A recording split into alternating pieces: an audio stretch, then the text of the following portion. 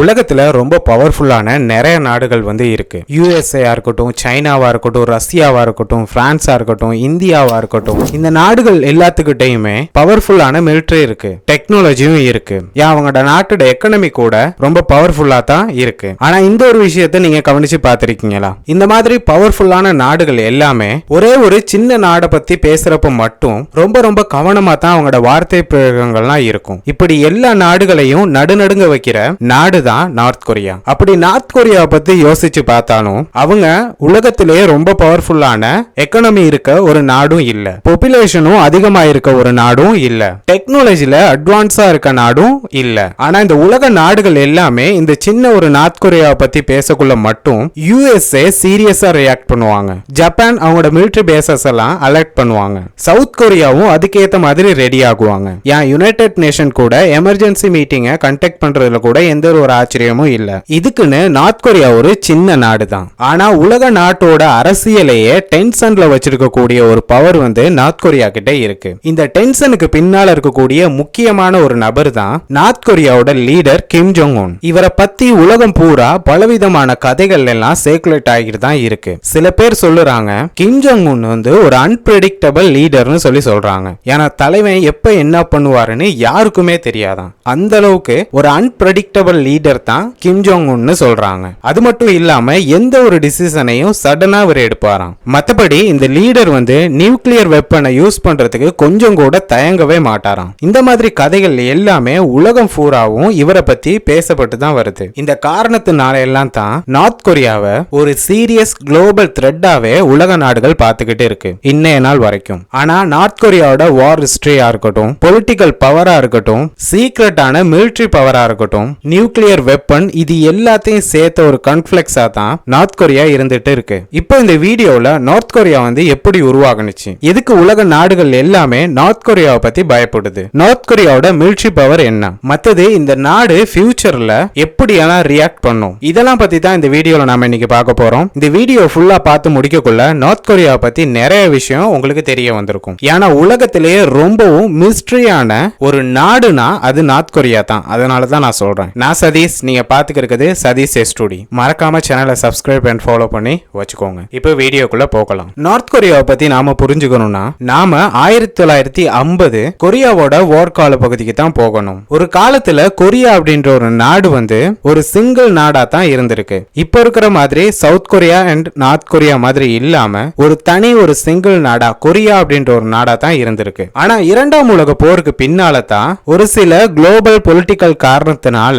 ரொம்ப பெரிய மாற்றமே நடக்குது இந்த கொரியாவுல. அந்த காலத்துல இருந்த உலகத்தின் ரெண்டு சூப்பர் பவர்ஸ் தான், ஒன்னு யுஎஸ்ஏ, இன்னொன்னு சோவியத் யூனியன். யுஎஸ் டெமோக்ரசி சிஸ்டத்துல இருந்துச்சு, சோவியத் யூனியன் கம்யூனிஸ்ட் சிஸ்டத்துல இருந்துச்சு. இந்த ரெண்டு பெரிய பவர்ஃபுல்லான இன்ஃப்ளூயன்ஸ்னால தான் கொரியாவே ரெண்டா பெரியுது. அதுல நார்த் கொரியா கம்யூனிஸ்ட் சிஸ்டத்திலையும் சவுத் கொரியா டெமோக்ரசி சிஸ்டம்னு சொல்லி ரெண்டு நாடுகளாவே பெரியுது இந்த கொரியா. அங்க இருந்த மக்களும் அங்க இருந்த ரெண்டு வேறுபட்ட அரசியல் சிஸ்டத்துக்கு கீழே வாழ ஆரம்பிக்கிறாங்க. 1950 ஜூன் மாசம் நார்த் கொரியா என்ன பண்ணுதுன்னா திடீர்னு சவுத் கொரியா ஃபுல்லாவே அட்டாக் பண்ண ஆரம்பிக்குது. எதனாலனா சவுத் கொரியா ஃபுல்லா நார்த் கொரியா கேப்சர் பண்ணிட்டா கொரியா அப்படின்ற ஒரு சிங்கிள் கம்யூனிஸ்ட் நாடா உருவாக்கிடலாம்னு சொல்லி அந்த டைம்ல தான் இந்த கொரியா வாரும் ஸ்டார்ட் ஆகுது. ஆனா இந்த வார் இந்த ரெண்டு நாட்டுக்குள்ள மட்டும் நடக்காம இதுக்குள்ள உலக சூப்பர் பவர்ஸ் எல்லாமே இன்க்ளூட் ஆனிச்சு. யுஎஸ் பார்த்தா சவுத் கொரியாவுக்கு சப்போர்ட்டா நின்றுச்சு, சைனா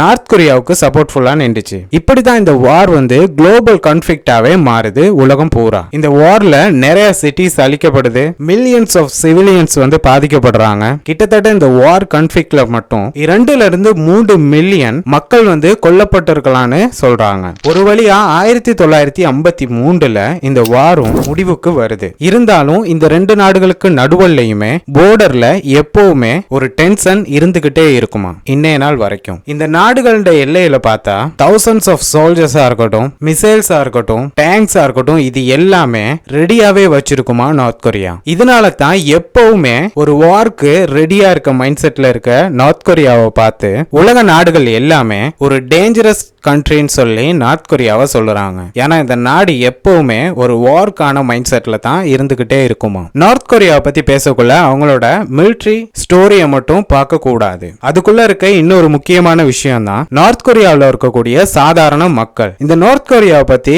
எக்ஸ்பர்ட்லாம் என்ன சொல்லுறாங்கன்னா, இந்த கண்ட்ரி வந்து எப்பயுமே க்ளோஸ்டட் சர்க்கிள்ல இருக்க ஒரு கண்ட்ரின்னு தான் சொல்றாங்க. அந்த அளவுக்கு அந்த நாட்டோட கவர்மெண்ட் அந்த நாட்டில் இருக்கக்கூடிய சிவிலியன்ஸை கண்ட்ரோல் பண்ணி வச்சிருப்பாங்களாம். எந்த அளவுக்குன்னா பொதுமக்களுக்கான இன்டர்நெட் வந்து ஆல்மோஸ்ட் இல்ல. ஃபாரின் மூவிஸா இருக்கட்டும், ஃபாரின் மியூசிக்கா இருக்கட்டும், டிராமாவா இருக்கட்டும், இதெல்லாம் பார்க்கறதுக்கு நிறைய ரெஸ்ட்ரிக்ஷன் இருக்குன்னு சொல்றாங்க நார்த் கொரியாவில். அது மட்டும் இல்லாம இன்டர்நேஷனல் நியூஸ் எக்ஸஸ் கூட ரொம்ப லிமிட் பண்ணி தான் வச்சிருக்காங்க நார்த் கொரியன் கவர்மெண்ட். அதனால தான் என்னவோ இன்னைய நாள் வரைக்கும் உலகத்துல என்ன நடந்துகிட்டு இருக்குன்னு இந்த நார்த் கொரியா மக்களுக்கு தெரியாம இருக்கிறதுக்கு ஒரு முக்கிய காரணமா கூட இருக்கலாம். இது நார்த் கொரியாவோட ஒரு சாதாரண சிவிலியன் ஃப்ரீடமா மற்ற நாடுகளுக்கு டிராவல் பண்ண முடியாது. வெளிநாட்டு கல்ச்சரஸ் எல்லாம் எக்ஸஸ் பண்ணவும் முடியாது. கவர்மெண்டோட ரூல்ஸை ஃபுல்லா ஃபாலோ பண்ணி தான் அவங்களோட வாழ்நாள் ஃபுல்லாவே அவங்க இருக்கணும். ஏன்னா நார்த் கொரியாவில் இருக்கக்கூடிய நிறைய நியூஸ் சேனல்ஸ் கூட நார்த் கொரியா கவர்மெண்டோட கட்டுப்பாட்டு கீழே தான் இருக்குதான். இந்த காரணத்தினால எல்லாம் தான் நார்த் கொரியாவை இன்னைய வரைக்கும்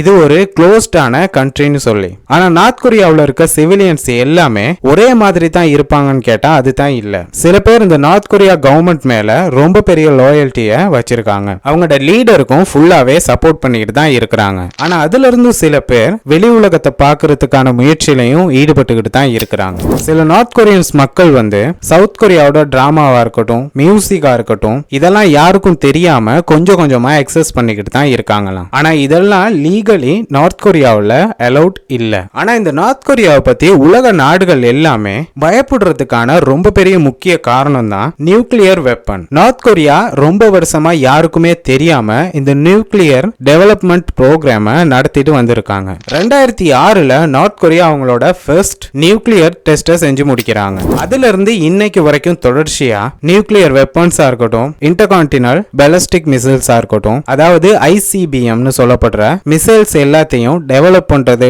டெஸ்ட் பண்றது, இந்த மாதிரி வேலைகள்ல நார்த் கொரியா இப்பவும் ஈடுபட்டுக்கிட்டு தான் இருக்கு. இந்த ஐசிபிஎம்னா என்ன? ஒரு மிசைல் வந்து அதனோட டார்கெட் ரேஞ்சை போயிட்டு 10,000 கிலோமீட்டருக்குள்ள போயிட்டு அடிக்குதுன்னா இந்த மாதிரியான வகையான மிசைல்ஸை தான் ஐசிபிஎம்னு சொல்லுவாங்க. எனிமி நாட்டோட டார்கெட் வந்து 10,000 கிலோமீட்டர்ல இருந்தாலும் அதை போயிட்டு துல்லியமா தாக்கக்கூடியது தான் இந்த ஐசிபிஎம். இதுபடி நார்த் கொரியாவால யுஎஸ் இருக்கட்டும், ஜப்பான், சவுத் கொரியா இது எல்லாத்தையுமே போயிட்டு ரீச் பண்ணவும் முடியும். இதுதான் உலக நாடுகள்கிட்ட இருக்க ரொம்ப பெரிய ஒரு பேரதிர்ச்சியே. ஒரு சின்ன நாடு தான் அந்த நாட்டுக்கிட்ட இருக்க ரொம்ப முக்கியமான ஒரு வெப்பன் தான் இந்த நியூக்ளியர் பாம். இதனால தான் உலக நாடுகள் எல்லாமே நார்த் கொரியா ஒரு சீரியஸ் த்ரெட்டாவே பார்த்துக்கிட்டு இருக்கு. நீங்க கூட வீடியோ இந்த ஆரம்பத்துல நினைச்சிருக்கலாம் நார்த் கொரியாவை ஒரு ஸ்ட்ராங்கான கண்ட்ரின்னு சொல்லி. ஆனா நாம இப்ப பார்த்த வார் டென்ஷனா இருக்கட்டும், அங்க இருக்கக்கூடிய பொலிட்டிக்கல் சிஸ்டமா இருக்கட்டும், அவங்க வச்சிருக்க நியூக்ளியர் பவரா இருக்கட்டும், இது எல்லாம் தான் நார்த் கொரியா ஒரு அன்பிரடிக்டபிள் கண்ட்ரியா இன்னைய வரைக்கும் உலகத்துல வச்சிருக்கு. ஆனா நார்த் கொரியாவோட